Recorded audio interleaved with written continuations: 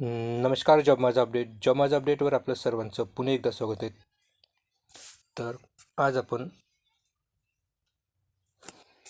Jalgaon D C C bank, Parbhani D C C bank आणि Latur D C C bank त्याचे जे एक्झाममध्ये सहकार आणि बँकिंग या विषयावर जे काही प्रश्न येणार आहेत तर त्यावर आपण आज माहिती घेणार आहोत. तर बघा, यामध्ये विशेषतः Latur D C C bank आणि जळगाव डी सी सी बँकमध्ये सहकार आणि बँकिंग या विषयावर आधारित जवळपास 15 ते 20 प्रश्न जे आहेत ते परीक्षेत विचारले जातात.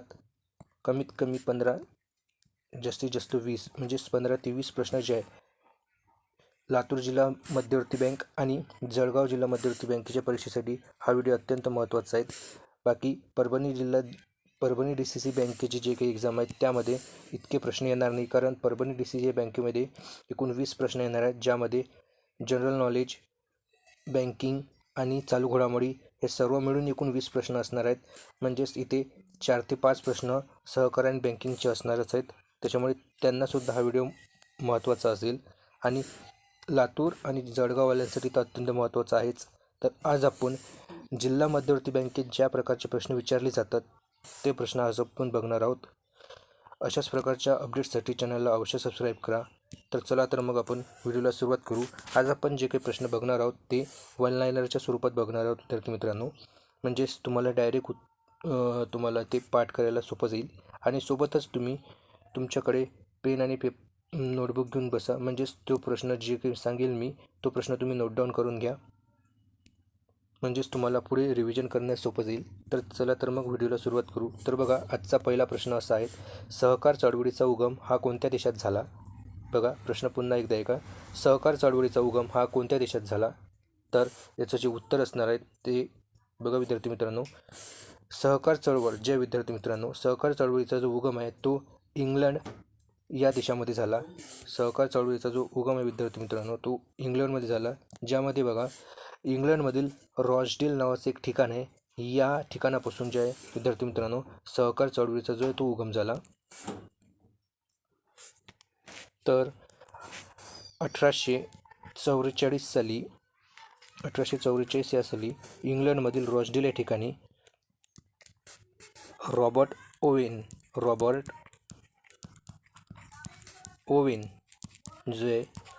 ओवेन यांनी जे यांच्या मदतीने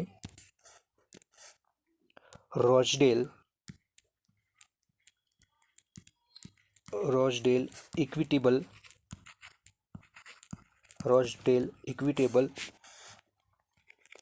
पायोनियर्स सोसायटी जी आहे विद्यार्थी मित्रांनो, या सोसायटीची स्थापना ती 1844 साली हे रॉबर्ट ओवेन यांनी जे आहेत विद्यार्थी मित्रांनो ते केली होती.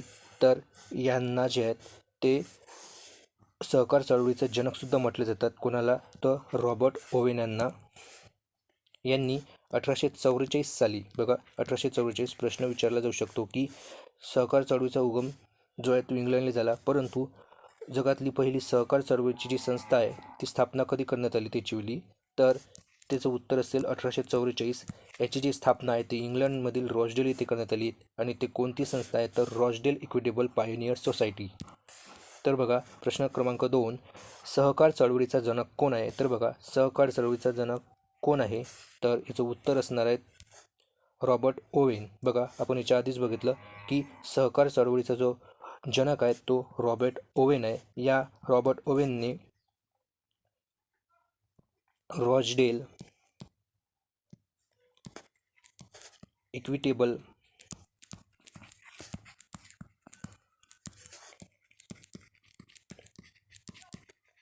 पायोनियर्स सोसायटीची स्थापना जी आहे ती 1844 या साली रॉचडेल या ठिकाणी केलेली होती, ज्यामध्ये एकूण तेथील जे काही 28 जे विणकर आहेत त्यांच्या मदतीने जे विद्यार्थी मित्रांनो ही संस्था जी आहे ती स्थापित करण्यात आलेली होती. हा सुद्धा प्रश्न विचारला जाऊ शकतो की किती विणकरांच्या मदतीने. त्यानंतर बघा, प्रश्न क्रमांक 3, आंतरराष्ट्रीय सहकारी संघटनेची स्थापना ही कोणत्या वर्षी झाली? बघा, आंतरराष्ट्रीय सहकारी संघटना याची जी स्थापना ही कोणत्या वर्षी करण्यात आली? तर याचं उत्तर असणार आहेत आंतरराष्ट्रीय सहकार संघटना जी आहेत याची जी स्थापना आहे ती 1895 या वर्षी करण्यात आली. बघा, आंतरराष्ट्रीय सहकारी संघटनेची जी स्थापना आहे ती 1895 या वर्षी करण्यात आली. जी संस्था जी आहे ती लंडन येथे आहेत. विद्यार्थी मित्रांनो, याची जी स्थापना आहे ती लंडन येथे करण्यात आली होती. आंतरराष्ट्रीय सहकारी संघटनेची स्थापना लंडन येथे 1895 या वर्षी करण्यात आली होती. त्यानंतर बघा प्रश्न क्रमांक 4, भारतातील पहिली सहकारी पतपुरवठा संस्था कोणत्या वर्षी स्थापित झाली? प्रश्न पुन्हा एकदा एका विद्यार्थी मित्रांनो, प्रश्न क्रमांक 4 आहे, भारतातील पहिली सहकारी पतपुरवठा संस्था कोणत्या वर्षी स्थापित झाली? तर याचं उत्तर असणार आहे 5 फेब्रुवारी 1889. 5 फेब्रुवारी 1889 या वर्षी भारतातली पहिली सहकारी पतपुरवठा संस्था जी आहे ती स्थापित करण्यात आलेली होती. हा प्रश्न नोट डाऊन करून घ्या की भारतातली पहिली सहकारी पतपुरवठा संस्था ही कोणत्या वर्षी स्थापित झाली? तर 5 फेब्रुवारी 1889. परीक्षेत डायरेक्ट इयरसुद्धा विचारलं जाऊ शकतं, तर ते असेल 1889 या वर्षी. तर बघा, ही जी भारतातली पहिली पतपुरवठा संस्था आहे ही कोठे स्थापित झाली होती? तर ती बडोदा जी आहेत, सध्याच्या घडीला जे वडोदरा म्हणून ओळखले जाते, तर ते बडोदा जे संस्थान आहे, बडोदा मुंबई प्रांतातील बडोदा या ठिकाणी जे आहेत ही भारतातली पहिली पतपुरवठा संस्था जी आहे ती स्थापित करण्यात आली होती. याची जी स्थापना आहे ती विठ्ठल लक्ष्मण कवठेकर या व्यक्तीने जे आहे ते केलेली होती. तर परीक्षेत हा सुद्धा प्रश्न विचारला जाऊ शकतो की भारतातली पहिली सहकारी पतपुरवठा संस्था स्थापित करणारा किंवा संस्थापक कोण पहिल्या पतपुरवठा संस्थेचा? तर तो आहेत विठ्ठल लक्ष्मण कवठेकर हे आहेत. आणि याची जी स्थापना ही कोठे करण्यात आली होती? तर बडोदा येथे. त्यानंतर बघा प्रश्न क्रमांक 5, भारतातील पहिला सहकारी कायदा हा कोणत्या वर्षी पारित झाला? तर बघा, याचं आपलं उत्तर काय असणार आहे? तर 1904 या साली जे आहेत भारतातला पहिला सहकारी कायदा जे आहेत, सहकारी पतपुरवठा संस्था कायदा जो आहे या नावाने 1904 साली भारतातला पहिला सहकारी कायदा जे आहेत विद्यार्थी मित्रांनो ते पारित करण्यात आला होता. त्यानंतर बघा, भारतातला दुसरा सहकारी कायदा जो आहे तो कोणत्या वर्षी पारित झाला होता?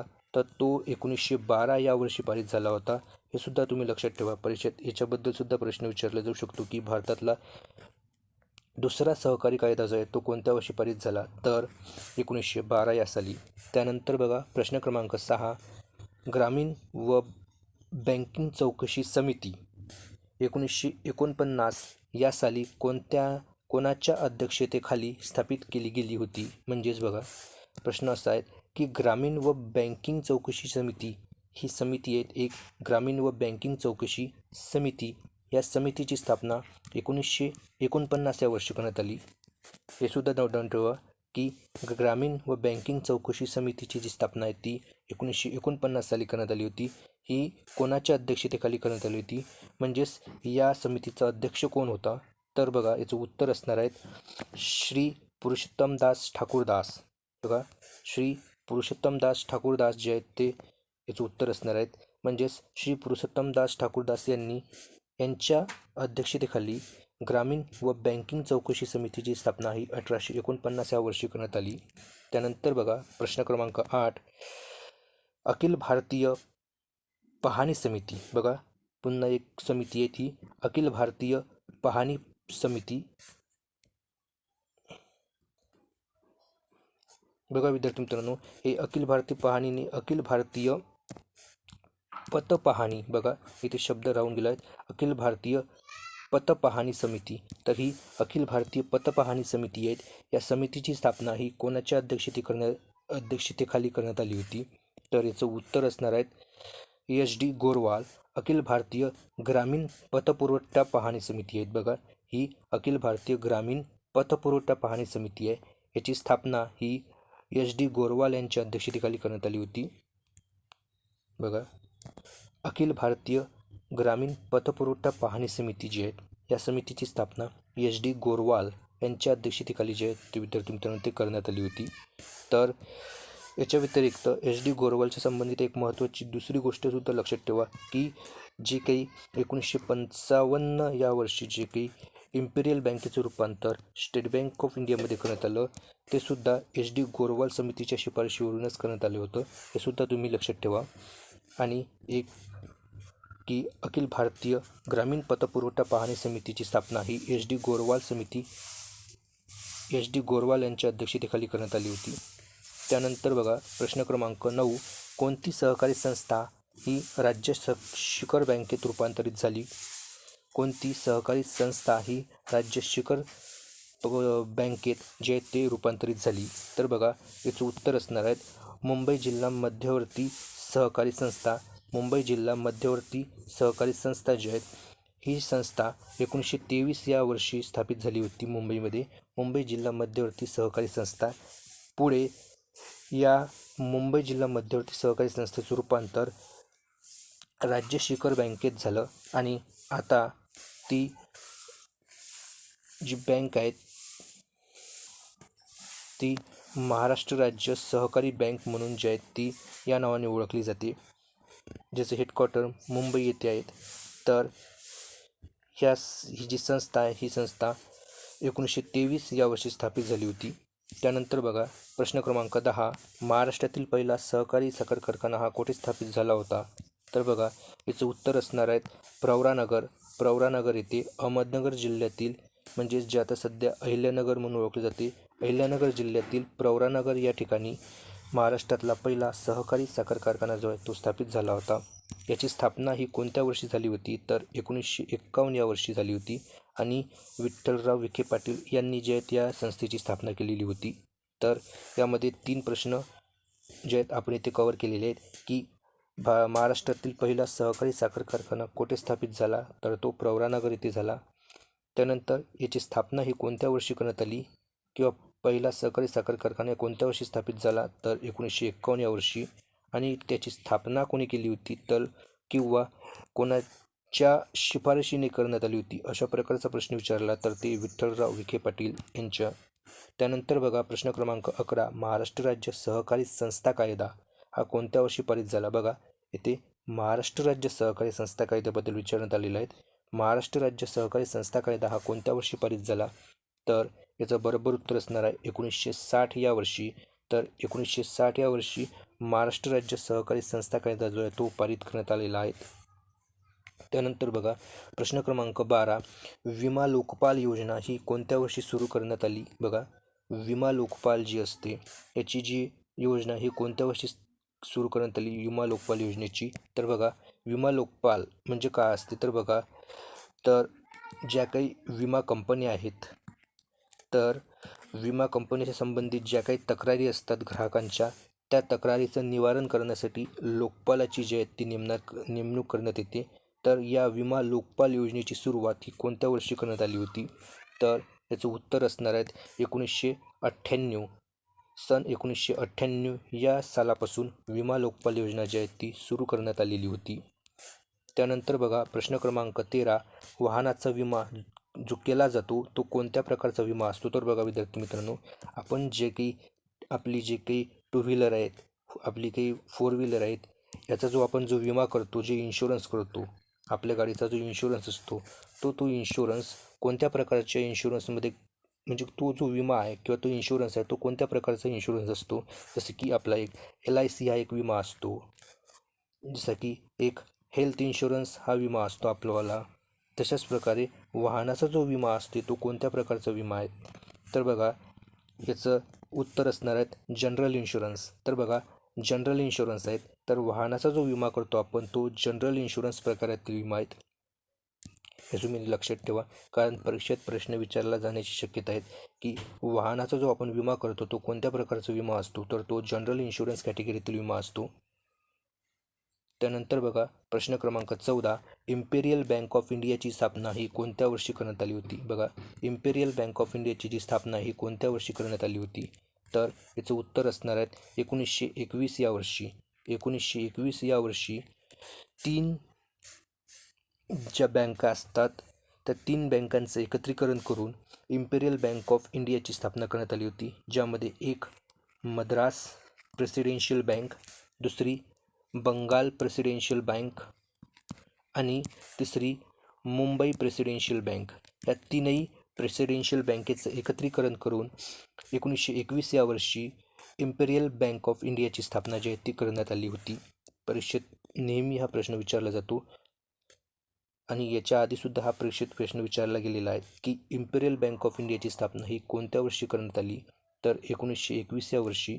आणि या इम्पेरियल बँकेचं रूपांतर 1955 या वर्षी स्टेट बँक ऑफ इंडियामध्ये करण्यात आलं. त्यानंतर बघा प्रश्न क्रमांक 15, बँकेतील जे KYC आहे, जे आपण KYC करतो ते KYC किती प्रकारची असतात. बघा विद्यार्थी मित्रांनो, आपण बँकेत गेलं असतं बघा, किंवा आपण बँकेत कोणते खातं काढतो, तर आता सध्याच्या घडीला जे काही नवीन ट्रेंड चालू आहे जो की KYCचा, तर ते जे KYC करतो आपण ते KYC किती प्रकारची असते. तर बघा KYC म्हणजे काय, तर बघा परीक्षेत याबद्दल सुद्धा प्रश्न विचारला जात होतो की KYC जे आहे ते KYCचं जे फुल फॉर्म काय आहे तर ते सुद्धा विचारलं जातो. जसं की त्याला आपण म्हणतो नो युअर कस्टमर. बघा KNOW, नो युअर कस्टमर असं म्हटलं जाते. तर हे जी KYC आहे ही किती प्रकारची असते, तर याचं उत्तर असणार आहे 3 प्रकारची. तर आपण बँकेत जे काही KYC करतो ते KYC 3 प्रकारची KYC असते.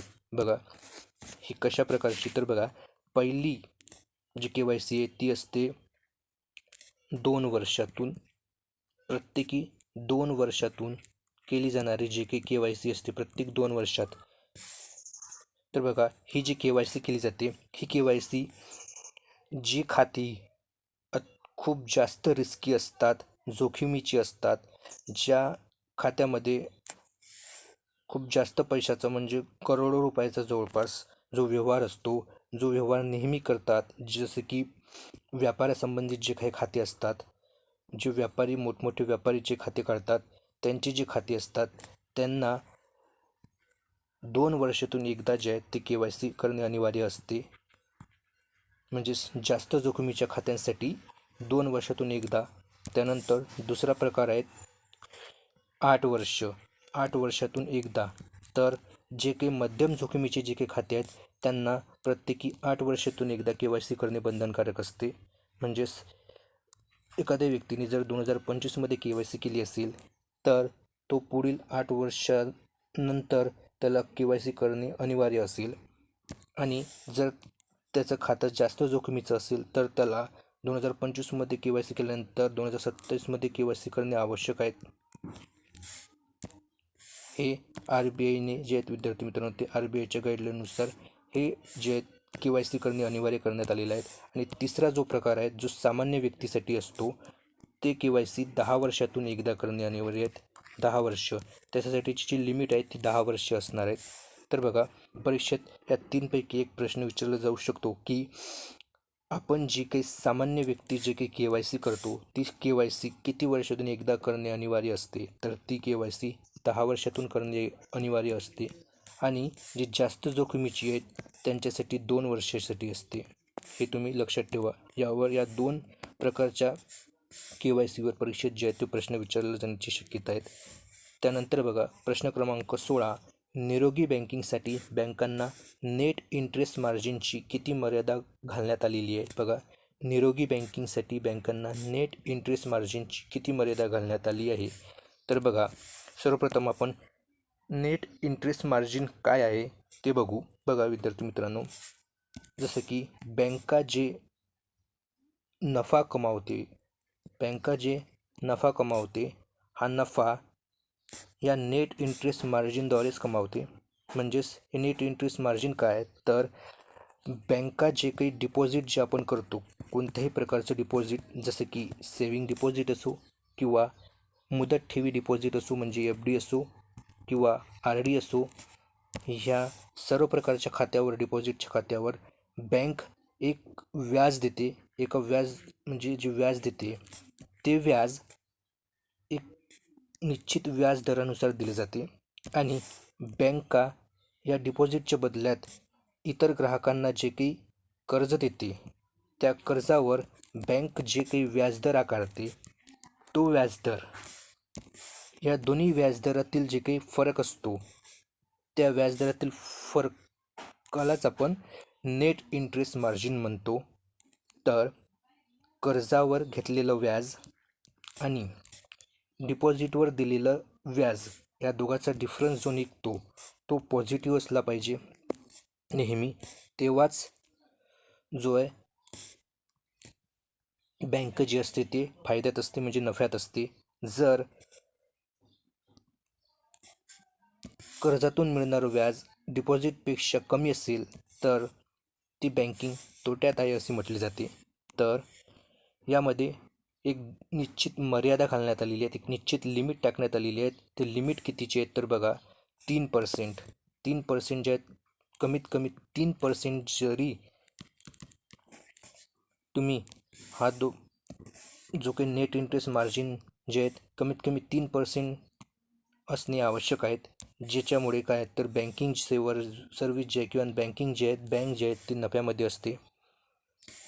हा जो 3% रेट आहे विद्यार्थी मित्रांनो, हा कॅल्क्युलेट कसा केला जातो, म्हणजेच हा जो काही नेट इंटरेस्ट मार्जिन जो आहे हा दर कसा कॅल्क्युलेट केला जातो तर याबद्दल आपण पुढे बघू. तर बघा प्रश्न क्रमांक 17 आहे, नेट इंटरेस्ट मार्जिन काढण्याचं सूत्र काय आहे. तर बघा याच्यामध्ये याचं उत्तर असणार आहेत व्याज महसूल वजा व्याज खर्च भागिला सरासरी कमाई मालमत्ता.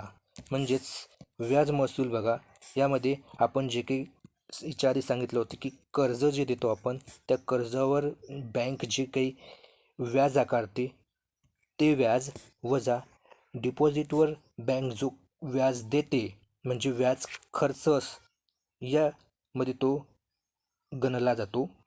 तर इथे डिपॉझिटवर दिलं गेलेलं व्याज भागेला सरासरी कमाई मालमत्ता जी असते त्याची जी काही सध्याची जे काही रनिंग किंवा चालू जे काही त्याच्याकडे असलेली जी काही मालमत्ता आहे त्या मालमत्तेनं त्याला भागलं असता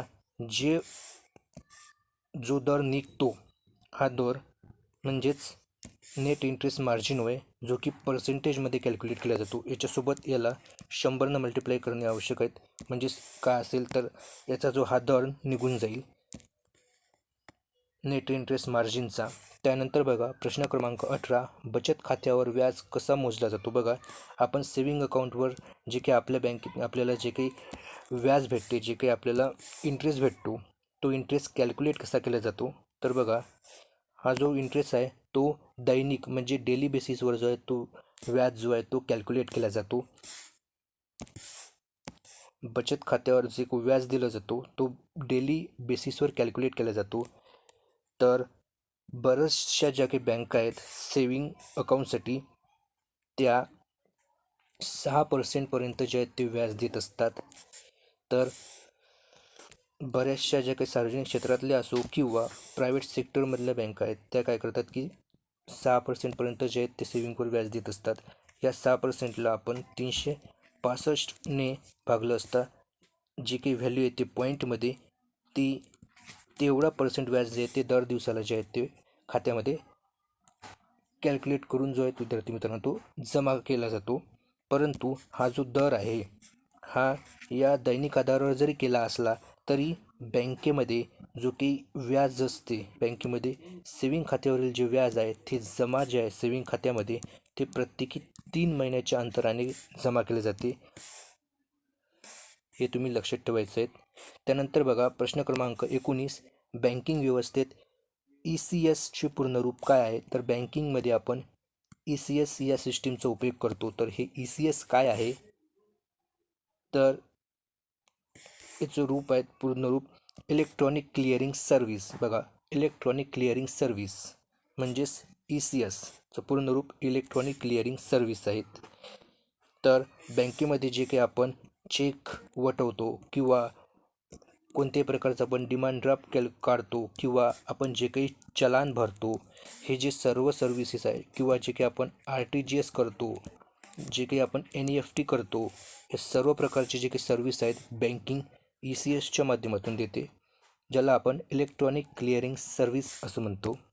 तर नंतर बघा आजचा 20वा आणि शेवटचा प्रश्न, सार्वजनिक क्षेत्रातील बँकांना कासा गुणोत्तर किती ठेवावा लागतो. तर बघा कासा म्हणजे काय आहे तर कासा म्हणजेच बघा C म्हणजे इथे करंट आहे, A म्हणजे अकाउंट म्हणजेच करंट अकाउंट आणि सेविंग अकाउंट या दोन्ही अकाउंटचं जे काही गुणोत्तर म्हणजे जो काही रेशो असतो हा रेशो एक निश्चित रेशो जो तो मेंटेन ठेवावा लागतो सार्वजनिक क्षेत्रातील बँकांना, तो किती आहेत. अशा प्रकारचे 20 महत्त्वपूर्ण प्रश्न आपण आज बघितले. तर Jalgaon D C C bank आणि लातूर डी सी सी बँकेसाठी हा व्हिडिओ अत्यंत महत्त्वाचा असणार आहे. प्रत्येक डी सी सी बँकमध्ये अशाच प्रकारचे प्रश्न जे आहेत ते परीक्षेत विचारले जात असतात. तर यामध्ये जे काही आपण प्रश्न घेतलेले आहेत यापैकी बरेचसे प्रश्न जे आहेत ते याच्या आधी डी सी सी बँकेचे जे काही परीक्षा झालेल्या होत्या त्यामध्ये डायरेक्ट विचारण्यात आलेले होते. तर यावेळेला बघा विद्यार्थी मित्रांनो, IBPS आणि TCS जे आहेत ते परीक्षा घेणार आहेत, त्याच्यामुळे हे प्रश्न खूप महत्त्वाचे असणार आहेत. तर अशाच प्रकारचे लेवल अप क्वेश्चन बघण्यासाठी आणि त्याचा अभ्यास करण्यासाठी चॅनलला अवश्य सबस्क्राईब करा. धन्यवाद.